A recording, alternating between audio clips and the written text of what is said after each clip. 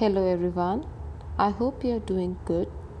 Let us start with the topic of collection of data from the subject business mathematics and statistics. Now, what is data? Data is a statement of recorded facts which provide us useful information. Let us study the meaning in detail.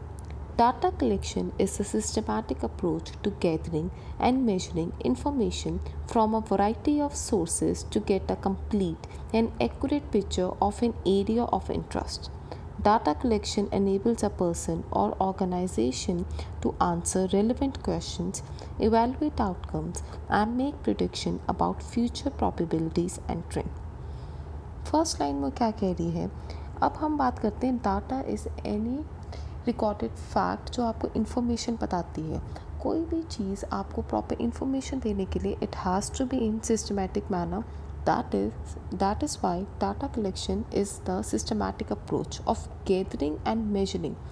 Information को अलग अलग जगह से इकट्ठा करना, उसको measure करना from the variety of sources to get a complete and accurate picture. आप कोई भी चीज़ के बारे में इंफॉर्मेशन क्यों गैदर करते हो? Because you want to have an overall picture, accurate picture of an area of interest. उस पर्टिकुलर चीज़ के बारे में आप जानना चाहते हो. That is data collection. Let us study the classification of data. जो हमारी डाटा होती है वो इंफॉर्मेशन होती है जो हमने अलग अलग सोर्स से गैदर करी है. ये बात है क्रक्स हमारा the key collection of data का. अब हम इसको आगे टू पार्ट्स में डिवाइड करके चलेंगे. First one is primary data, second one is secondary data. Primary data के बारे में हम एक बात करते हैं. प्राइमरी डाटा के बारे में एक लाइन है, data originally collected in the process of investigation are known as primary data. अगर आप कोई इंफॉर्मेशन कलेक्ट करते हो और उसी पर्पस के लिए फर्स्ट हैंड इंफॉर्मेशन कलेक्ट करते हो, that becomes your primary data. मैं एक एग्जाम्पल के थ्रू इसको एक्सप्लेन करती हूँ. ये क्लास है BCom 2. अब मुझे BCom 2 क्लास में ये देखना है कि आपकी BCom 1 में फाइनेंशियल अकाउंटिंग का रिज़ल्ट कैसे आया था. I want to evaluate the result of the financial accounting of this particular class. अब मैं क्या करूँगी, टोटल नंबर ऑफ स्टूडेंट 60. अब मैं इस पर्पस के लिए मैं हर किसी के मार्क्स पूछूँगी, मैं एक लिस्ट बनाऊँगी, उसके अकॉर्डिंग मैं उस पर आगे चार्ट लगाऊंगी, उसके आगे मैं उसको फॉर्मूला लगा के इसको एनालाइज करूंगी. मेरा पर्पस क्या था कि इसी ग्रुप ऑफ रिस्पोंडेंट का मुझे एक रिज़ल्ट देखना है फाइनेंशियल अकाउंटिंग का, इसलिए मैंने आपकी उस पर्टिकुलर सब्जेक्ट में मार्क्स पूछे. That is primary data. Primary data क्या है? That is collected by researcher from first hand resources. यहाँ पे मैं रिसर्चर हूँ, जो मेरा कोई पर्पस है मैं वो पूरा करना चाहती हूँ और मैं इसको क्या करती हूँ, मैंने ही इसको कलेक्ट किया. मैंने किसी और को नहीं जाके कहा कि आप जाके कलेक्ट करके लेके आओ. इसके अलग अलग मेथड्स हैं, लाइक सर्वे, इंटरव्यूज़ और एक्सपेरिमेंट. इंटरव्यू करते हैं, आपने देखा जैसे न्यूज़ रिपोर्टर होते हैं वो खुद जाके इंटरव्यू करते हैं जो इनको इन्फॉर्मेशन चाहिए होती है, जिस पर्टिकुलर एरिया से जाके पूछते हैं. सर्वे करते हैं, हमने यहाँ पे गवर्नमेंट का जब सर्वे होता है, सेंसस सर्वे होता है, वो खुद आके घर आके पूछ के जाते हैं और चेक करके जाते हैं कि आपके घर में कितने मेंबर्स हैं, कितने मेल हैं, कितने फीमेल हैं, वो कौन सी ऑक्यूपेशन पे है. Survey it is collected with the research project in mind directly from primary resource. जो प्राइमरी डाटा कलेक्ट किया जाता है उसका एक पर्पस क्लियर होता है, that is the first hand information. और किस पर्पस के लिए कलेक्ट की जाती है वो उसके बाद वो आपका पहले ही डिसाइडेड होता है. अगर मैं आप सबकी फाइनेंशियल अकाउंटिंग के मार्क्स पूछ रही हूँ, ऑब्वियस सी बात है मैं आपको उस पर्टिकुलर सब्जेक्ट में परफॉर्मेंस देखना चाहती हूँ, मैं ऐसी इन्फॉर्मेशन लेके रख नहीं रही हूँ. This was all about primary data. Next we talk about is secondary data. अब हमने प्राइमरी डाटा के बारे में एक बात कही थी, डाटा जो एग्जिस्ट नहीं करता, आप अपने किसी पर्पस के लिए उसको क्या करते हो, क्रिएट करते हो, उसको कलेक्ट करते हो. सेकेंडरी डाटा क्या होता है, वो ऑलरेडी एग्जिस्ट कर रहा होता है. अब आपको अपनी को रिसर्च करनी है, कुछ आपने पता कर ठीक है लगाना है, आप उस इंफॉर्मेशन के अंदर से क्या करते हो, अपने पर्पस के लिए वो इंफॉर्मेशन को यूज़ करते हो. सपोज़ मैं आपकी क्लास की एग्जांपल लेती हूँ. अब आपकी क्लास में मैंने एक लिस्ट बना के रखी है, name, with your name, roll number, mother's name and father's name.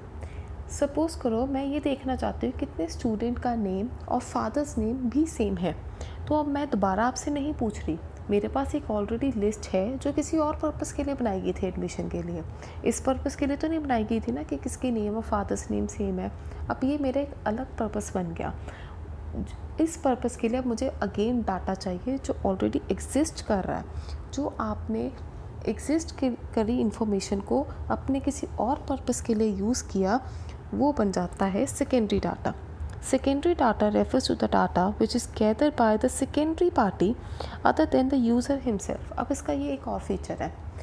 अगर फर्स्ट आपको बात समझ आ गई, सेकेंडरी डाटा में क्या होता है, अगर मुझे कोई इन्फॉर्मेशन कलेक्ट करनी है, मैं खुद ना कलेक्ट करके किसी और को कह दूँ कि आप जाके इन्फॉर्मेशन कलेक्ट करो। एग्ज़ाम्पल, जो नेम रोल नंबर की लिस्ट है वो मैंने नहीं बनाई, किसी और ने बनाई है। अगर वो एग्जिस्ट नहीं भी कर रहा था तो मैंने क्या किया, किसी और को कह दिया कि आप जाके ऐसे लिस्ट बना के लेके आओ, फिर मैं वो लिस्ट यूज़ करूँगी। This is the feature of secondary data. Common resources क्या हैं इसके कलेक्ट करने के? Common resources of secondary data for social science include statements, data collected by government agencies, organizational documents and data was basically collected for other research objective. Government यहाँ पे economic survey of India अलग अलग सर्वे करके अपना data publish कर देता है, जो कि लोग PhDs करते हैं, आके स्टडी करते हैं, तो वो डाटा यूज़ करते हैं। That is called secondary data. I hope the difference between primary data and secondary data is clear. Let's proceed with the today's topic, that is method of collecting primary data. अब जो data आपने first hand collect करना है, खुद collect करना है and इसको objective clear है, वो प्राइमरी डाटा है, उसको आप 5 तरीक़ों से कलेक्ट कर सकते हो. Let us study them in detail. Number 1, direct personal observation. अब ये फर्स्ट हम ये देखेंगे कि इसकी सूटेबिलिटी कहाँ आती है. जहाँ पे आप पर्सनल ऑब्जर्वेशन से क्या समझ आता है कि आप जिसको डाटा चाहिए आप खुद जाके वो चीज़ को इन्वेस्टिगेट करते हो, उसको ऑब्ज़र्व करते हो, उसको नोट डाउन करते हो. अब ये कहाँ करने की ज़रूरत होगी? जहाँ पे एक्यूरेसी बहुत ज़्यादा चाहिए, obviously. Where the field of inquiry is not large. Exactly why. अगर एक पर्सन है वो कितना ऑब्ज़र्व कर लेगा, कितनी अलग अलग जगह जाके खुद ही काम कर लेगा. सो the field should be small so that accuracy of the data can be maintained. उसके बाद है इंफॉर्मेशन आप बहुत लोगों के साथ नहीं शेयर करना चाहते, कॉन्फिडेंशियल इंफॉर्मेशन है, इसलिए आप खुद जाके काम करना चाहते हो एंड आपके पास सफिशिएंट टाइम है टू कलेक्ट दैट इंफॉर्मेशन. अब डायरेक्ट पर्सनल इन्वेस्टिगेशन और ऑब्जर्वेशन की बात ये है, इसके मेरिट्स क्या है? ओरिजिनल डाटा कलेक्ट होता है क्योंकि आप खुद जाके कलेक्ट करोगे. True and reliable information because जो रिसर्चर है वो खुद जाके इन्फॉर्मेशन लेके आएगा. Next is response will be more encouraging because of personal approach. अगर हम किसी को कहें 2 तरीके हैं, फ़ोन पे बात करो, वो बंदा किस तरीके से जवाब देगा. अगर आप उसके सामने खड़े होकर वो बात पूछोगे, अलग तरीके से आएगा. वही बात है, जो रिस्पॉन्डेंट है वो ज़्यादा अलर्ट हो जाता है, एक्टिव हो जाता है एंड ऑनेस्ट आंसर देता है अगर आप उसके सामने हो and high degree of accuracy can be maintain. अब इसके कुछ डीमेरिट्स पे आएंगे. जहाँ पे एरिया बहुत लार्ज है ऑफ डाटा कलेक्शन, एक बंदा हर जगह से जाके एरिया नहीं करेगा. अगर एक स्टेट से भी, अगर एक सिटी से डाटा लेना है, एक एरिया से लेना है, तो 1 पर्सन काफ़ी है. अगर पूरे लुधियाने का 1 पर्सन ने डाटा कलेक्ट करना है, then that suitability will not be there. It is expensive and time consuming, obviously. An untrained investigator will not bring good result because इसके लिए प्रॉपर ट्रेनिंग चाहिए होती है, proper tools and techniques, proper तरीके की respondent से answer कैसे निकलवाना है. One has to collect information according to the convenience of the informant. आप अपने तरीके से इन्फॉर्मेशन नहीं ले सकते, सामने वालों को जो तरीका सूट करता है आप उससे इन्फॉर्मेशन कलेक्ट कर सकते हो. This was about the first method of collecting primary data, that was direct personal observation. Second we talk about is indirect oral interview और indirect oral investigation. Example में बात करते हैं. Okay, it's a very funny example. किसी ने murder कर दिया, ठीक है, आपको किसी का खून हुआ. अब आपको एक बंदे पे शक है कि इस बंदे ने मर्डर किया, अब उसको तो जाके पूछोगे नहीं कि आपने मर्डर किया है और आपने मर्डर कैसे प्लान किया था और आपने क्या क्या किया था। No, exactly. तो हम क्या करते हैं, तो इनडायरेक्ट सोर्सेज जो थर्ड पार्टी होते हैं, जो विटनेस होते हैं, हम उनको अप्रोच करते हैं। The investigator approaches the witness और third party who are in touch with the informant, जो उसके आसपास है, क्लोज हैं, जो उसकी एक्टिविटीज़ को मॉनिटर कर सकते हैं। हम क्या करेंगे, उससे क्वेश्चन पूछेंगे। अब हमने कल मर्डर पे एग्जांपल नहीं लगाना, किसी भी तरीके का अगर मैं क्लास की एग्जांपल लेती हूँ, अगर मैं इंफॉर्मेशन चाहती हूँ कि ये स्टूडेंट टॉपर है कि नहीं, इसका बिहेवियर कैसा है, तो अगर मुझे ऑब्ज़र्व करना है, अगर मैं उससे तो नहीं पूछूंगी ना कि आपका बिहेवियर कैसा है, आप पढ़ते हो कि नहीं पढ़ते, मैं फ्रेंड से, उसकी टीचर से, उसके आसपास के लोगों से पूछूंगी। Next is the enumerator interviews the people who are directly और indirectly connected with the problem under the study, जो उसके साथ इनडायरेक्टली और डायरेक्टली उसके रिलेटेड है, हम क्या करेंगे, उसको स्टडी करेंगे। ये होता है, this method is employed by different inquiry committees and commission. Inquiry ऐसी होती है ना, अलग अलग लोगों से जाके आसपास करो, कमीशन बिठाई जाती है जो कि फील्ड सर्वे करके इन्फॉर्मेशन लेके आती है, that is indirect oral interview. And last is the police department generally adopt this method to get clues of theft, droids, murder etcetera. अब यहाँ पे सूटेबिलिटी कहाँ है, जहाँ एरिया लार्ज है, आप खुद जाके नहीं पूछ सकते, आप अलग अलग इन्फॉर्मेशन जो कि आपके इन्फॉर्मेंट के पास होते हैं, आप उनसे इन्फॉर्मेशन लेते हो। When it is used when direct information can not B obtained and generally adopted by the government. अब इसके फ़ायदे क्या हैं, it is simple and convenient, saves time and money. Obviously it can be used in investigation of large area, which was the limitation of our first method, and adequate information can be had. अब इसके demerits क्या हैं? First demerit है because you are not personally there, ठीक है, आपके साथ direct contact नहीं है, तो information may not be reliable. उसके बाद है interview with improper man will spoil the result. अगर आपने किसी के बंदे के बारे में इंफॉर्मेशन लेनी है, किसी इवेंट के बारे में इंफॉर्मेशन लेनी है, जिससे इंफॉर्मेशन ले रहे हो वो खुद ही आपका इतना ज़्यादा उसको इन्फॉर्मेशन है ही नहीं, एंड उसके पास इतनी गलत इन्फॉर्मेशन है, तो वो आपको भी गलत इन्फॉर्मेशन ही पास ऑन करेगा। In order to get the real position a sufficient number of people are to be interviewed. सिर्फ एक या दो पे रिलाई नहीं कर सकती, अगर मुझे इन्फॉर्मेशन चाहिए, आई नीड प्रॉपर एविडेंस, 2-4 से ज़्यादा लोग चाहिए। The careless attitude of the informant will effect the degree of the accuracy. अगर कोई एक्सीडेंट हुआ, गाड़ी मार के किसी बंदे को निकल गई, बंदा कहे गाड़ी तो मुझे लगता है कि डस्टर थी या रेनॉल्ट की दूजी वाली गाड़ी थी, पता नहीं, रंग भी ऐसे का वह था, तो आपको क्या एक्यूरेसी मिलेगी? प्रॉपर चाहिए कि गाड़ी ये थी, इस कंपनी की थी, उसका नंबर ये था। सो केयरलेस एटीट्यूड नहीं होना चाहिए। This was about a second method, that was indirect oral investigation और interview. Next is information through agency और लोकल रिसोर्सेज और कॉरेस्पॉन्डेंट। अब हम इसका न्यूज़ चैनल से बात करती हूँ। कोई भी आप न्यूज़ चैनल लगा लो, आज तक लगा लो, अब वो दिल्ली में बैठे हैं, मुंबई में अपना स्टूडियो चला रहे हैं और इनको इन्फॉर्मेशन मिलती है पंजाब में ये हो गया, अब वहाँ से बंदे आके इन्फॉर्मेशन तो नहीं कलेक्ट करेंगे।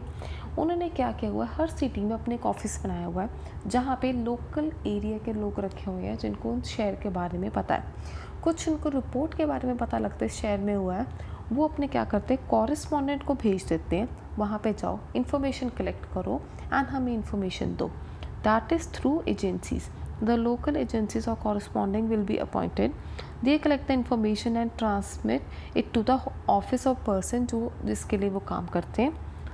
They do according to their ways and taste. अब जो बंदा पंजाब में जिस तरीके से काम कर रहा है, चेन्नई में उसी तरीके से काम होगा। You don't have any guarantee for that. उसके बाद हम बात करेंगे, this system is adopted by newspaper agencies etcetera. अभी मैंने एग्जांपल दी, way information is needed in different fields. And last we talk about is information are generally call, जो information collect करते हैं, ठीक है ना, informants are generally call correspondents. अब जो हम बात करते हैं, जिनसे इन्फॉर्मेशन कलेक्ट करते हो, इन्फॉर्मेंट्स होते हैं, वो कॉरेस्पॉन्डेंट्स कहलाते हैं, जहाँ से आप इन्फॉर्मेशन लेके आते हो, कलेक्ट करने वाला कॉरेस्पॉन्डेंट नहीं होता है, इंफॉर्मेशन देने वाला कॉरेस्पॉन्डेंट होता है। सूटेबिलिटी होती है जहाँ पे आपको एरिया लार्ज है और रेगुलर इंटरवल ऑफ टाइम पे आपको इन्फॉर्मेशन चाहिए ही चाहिए। अब हम इसके मेरिट्स करते हैं। बहुत वाइड इन्फॉर्मेशन आ जाती है, एक्सटेंसिव इन्फॉर्मेशन आती है, चीप एंड इकोनॉमिकल मेथड है, speedy information is possible and it is useful way information is needed regularly. Demerits क्या है? इन्फॉर्मेशन में भी बायस्ड, लोकल बंदा है, लोकल एरिया को जाके कवर कर रहा है, क्या पता वो किस एरिया की इन्फॉर्मेशन ज़्यादा कवर कर रहा है, किसकी कम कर रहा है, आप तो वहाँ पे पर्सनली नहीं हो ना, इट कैन बी बायस्ड, तो देयर इज़ नो गारंटी। उसके बाद हम बात करेंगे degree of accuracy can not be maintained, uniformity can not be maintain, why किसी एरिया की इन्फॉर्मेशन ज़्यादा आ रही है, कम आ रही है, किसी तरह न्यूज़ ज़्यादा आ रही है, कम आ रही है, that depend upon your local source और agent and data may not be original. Next is mailed questionnaires. हम सब की ईमेल अकाउंट है, हम ठीक है। अब हम ये बात होते हैं मेल क्वेश्चनर क्या होता है, ये बड़ी कंपनीज करती हैं। एग्जांपल मैं देती हूँ, मार्केट फीडबैक फॉर्म की बात करती हूँ, राइट। आप कोई ऐप डाउनलोड करते हो, सबसे ईजी एग्जांपल है, वो कहते हैं ना बीच में जब नई ऐप डालते हो रेटस, आप क्या कर देते हो, नाउ और लेटर पे, मोस्ट ऑफ द टाइम हम लेटर पे कर देते हैं, उसको रेटिंग बाद में देंगे। सेम बात आ जाती है मेल्ड क्वेश्चनर की। मेल्ड क्वेश्चनर में क्या है, आपको जैसे क्वेश्चनर बना दिया एंड आपकी मेल में वो क्वेश्चन कोई डाल देता है कि आप प्लीज़ ये क्वेश्चनर भर के दे दो। जो रिक्वेस्ट होती है वो एक कवरिंग लेटर के साथ होती है कि ये आपने प्लीज़ आप 10 दिन तक 15 दिन तक वापस दे दो। अब क्या गारंटी है जिस बंदे को आपने ये ईमेल करी या तो आपने पर्सनल मेल कर जैसे आपने पोस्ट डाली, वो आपको वापस देगा कि नहीं देगा, ठीक है। अब और इसकी एक प्रॉब्लम अभी साथ में डिस्कस कर लेते हैं जो इसकी प्रॉब्लम आती है। अब इसकी प्रॉब्लम एक और आती है, आपने एक पर्टिकुलर जैसे पर्सन को आपने एड्रेस की मेल कि आप वहाँ उनसे इंफॉर्मेशन भरवाना चाहते हो, पर वो बंदा किसी और से वो क्वेश्चनर भरवा के आपको वापस दे दे, तो फिर reliability accuracy of the data रहती नहीं है। फर्स्टली स्टडी करते हैं मेल क्वेश्चनर मेथड है क्या। In this method a questionnaire consisting of a list of question pertaining to the inquiry is prepared। जो आपके क्वेश्चंस होते हैं वो लिस्ट पे बना के रखते हो। रिस्पोंडेंट जो आपको रिस्पॉन्ड करने हैं आप उनको भेजते हो और आपके ब्लैंक स्पेसेस होते हैं आंसर के लिए। अ कवरिंग लेटर जो हमने बात करी थी is also sent along with the questionnaire requesting the correspondent to extend their full cooperation by giving the correct reply। This method is adopted by research workers, private individual, non-official agencies and state and central government।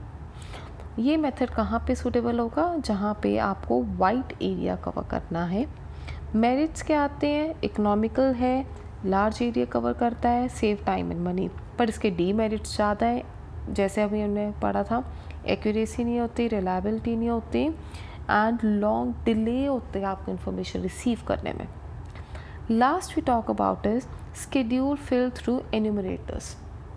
Mail question समझ आ गया, हमने पिछला वाला जहाँ पे mail questionnaire वाला, ये उसी का एक्सटेंडेड है। अब इसमें क्या है, स्केड्यूल फिल थ्रू एन्यूमरेटर्स। एक क्वेश्चनर है, आपने सामने वाले बंदे को दे दिया, उसने भर दिया, वो हो गया क्वेश्चनर मेथड, उसने खुद भरा। एन्यूमरेटर्स वो हैं जो इन्फॉर्मेशन कलेक्ट करते हैं।